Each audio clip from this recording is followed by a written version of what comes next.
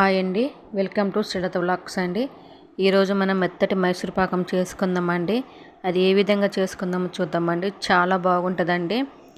మన ఇంట్లోనే సొంతంగా తయారు చేసుకోవచ్చండి. ఎంత బాగుంటుందంటే చేసేది మనం పర్ఫెక్ట్ కొలత ప్రకారం చేసుకుంటే చాలా బాగుంటుందండి. నేను 2-3 సార్లు ట్రై చేసినాకనే వీడియోని పెడుతుందండి. చూడండి ఎంత మంచిగా వచ్చిందో. నేను ఇది ఫస్ట్ టైం కాదండి చేసేది, ఇది మూడోసారికి పర్ఫెక్ట్గా కుదిరిందండి. వాటికి కావాల్సినవి ఇవన్నీ నేను కొలత ప్రకారం చూపిస్తానండి. ముందుగా 1 కప్పు శనగపిండి తీసుకున్నాండి. నేను శనగపిండి మంచిగా జల్లించుకుంటే చాలా బాగుంటుందండి, ఉండలు కట్టుకుంటూ ఉంటుంది. అదే శనగపిండి తీసుకున్న గిన్నెతోటి 2 పావుల నూనె 2 పావుల ఆయిల్ అని తీసుకోవాలండి. నేను మాత్రం 1 కప్పున్నర నూనె తీసుకున్నాండి. 1 కప్పు నెయ్యి తీసుకున్నాండి. నేను ఒకరు తీసుకుంటే నెయ్యి అయినా తీసుకోవచ్చు, లేకపోతేనేమో నూనెని తీసుకోవచ్చు అండి. ఎందుకంటే మనకు ఇష్టం అండి అది. ఒకరు నెయ్యి ఫ్లేవర్ ఇష్టం లేని వాళ్ళు కూడా నూనె సగం నెయ్యి సగం తీసుకోవచ్చు అండి. ఇప్పుడు అదే కప్పుతోటి కప్పు పంచదార తీసుకున్నాండి. 1/2 కప్పు నీళ్ళు పోసుకుంటున్నా. ఇప్పుడు మనం గ్యాస్ మీద పెట్టుకొని గ్యాస్ ముట్టించుకుందాం. గ్యాస్ ముట్టించుకొని పంచదార అన్నది మొత్తం మెల్ట్ అయ్యి కరగాలండి. పంచదార అన్నది మొత్తం కరిగిపోవాలి.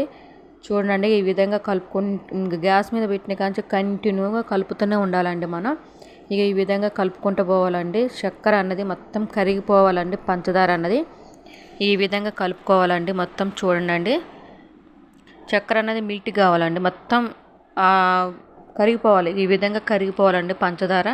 చూడండి, ఇప్పుడు మంచిగా బబుల్స్ లాగా వస్తుంది. ఇట్లా 1-2 నిమిషాలు కలుపుకుంటే చక్కెర పాకం అనేది రెడీ అయిద్దండి.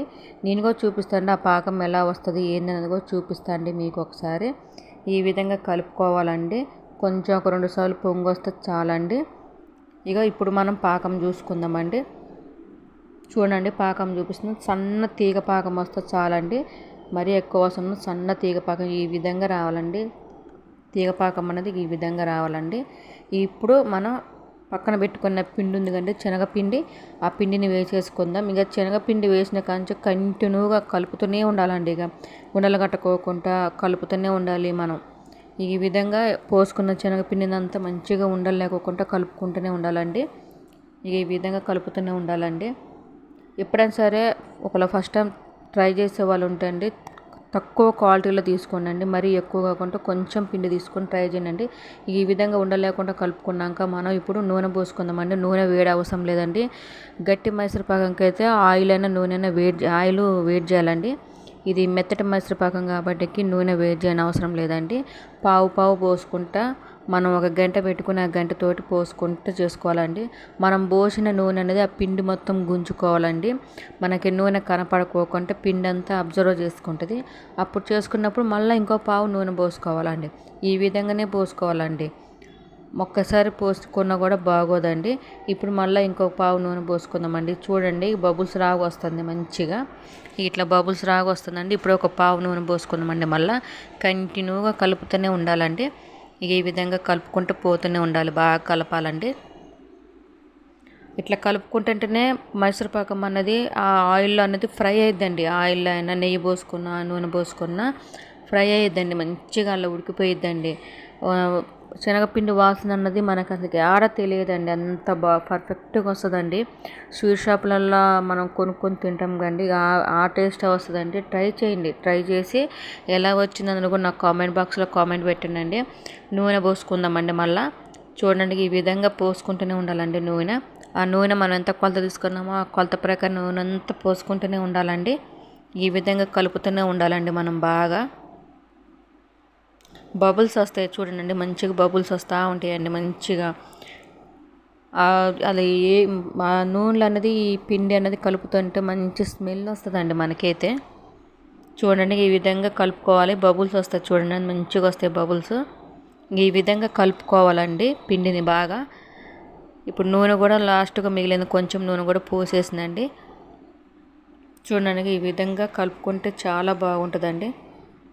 ఇట్నే కలుపుకోవాలండి. దగ్గరనే ఉండాలండి. సిమ్లో పెట్టి కూడా సైడ్కి పోవద్దండి, పక్కకి.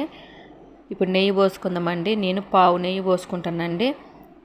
నెయ్యి కూడా పోసుకొని కలుపుతుంటే ఆ స్మెల్ అయితే బెలా వస్తుందండి అసలుకి నెయ్యి పోసుకున్నాక.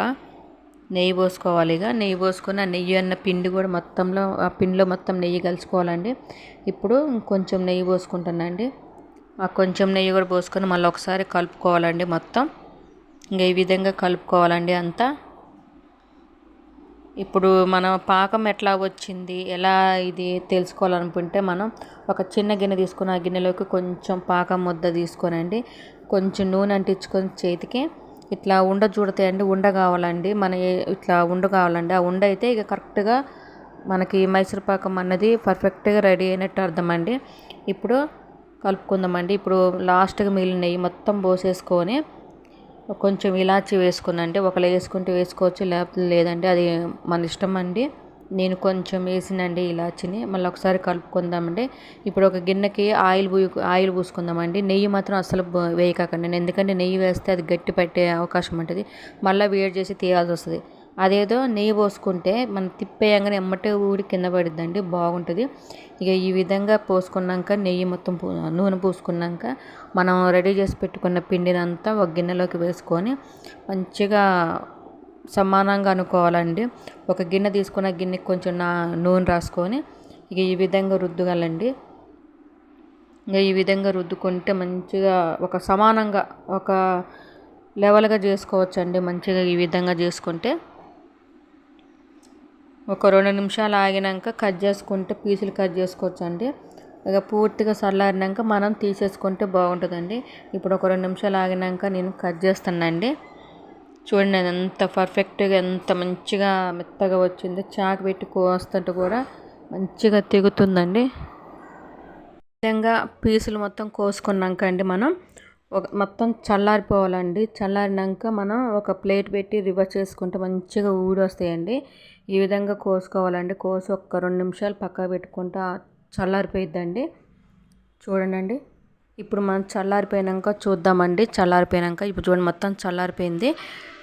ఇప్పుడు ఒక గిన్నె పెట్టుకొని బోర్లు ఇచ్చుకుంటే అంతా ఊడి మంచిగా వస్తుందండి. చూడండి. ఇక ఈ విధంగా పీస్కి మనం అప్పుడు ఏ పీస్ అంటే ఆ పీస్ తీసేసుకోవచ్చు అండి. ఇది చూడండి ఎంత మంచిగా ఎంత పర్ఫెక్ట్గా వచ్చినాయండి.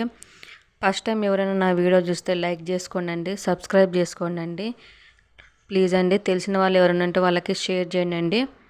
చూడండి తుంపిన కూడా ఎంత స్మూత్గా తెగుతుందో. ఇట్లా అంటే కూడా ఎంత మెత్తగా వచ్చిందో అండి. బెల్ ఐకాన్ ఆన్లో పెట్టుకోండి. నేను ఎప్పుడు వీడియోస్ పెట్టినా ఫస్ట్ నోటిఫికేషన్ మీకే వస్తుందండి. ప్లీజ్ అండి నాకు సపోర్ట్ చేయండి. ఈ విధంగా ట్రై చేయండి. ట్రై చేసి ఎలా వచ్చిందో అన్నది కూడా నాకు కామెంట్ బాక్స్లో కామెంట్ పెట్టండి. ఈ వీడియో చూస్తున్నందుకు థ్యాంక్ యూ అండి. సబ్స్క్రైబ్ చేసుకొని లైక్ చేయండి, షేర్ చేసుకోండి ప్లీజ్ అండి.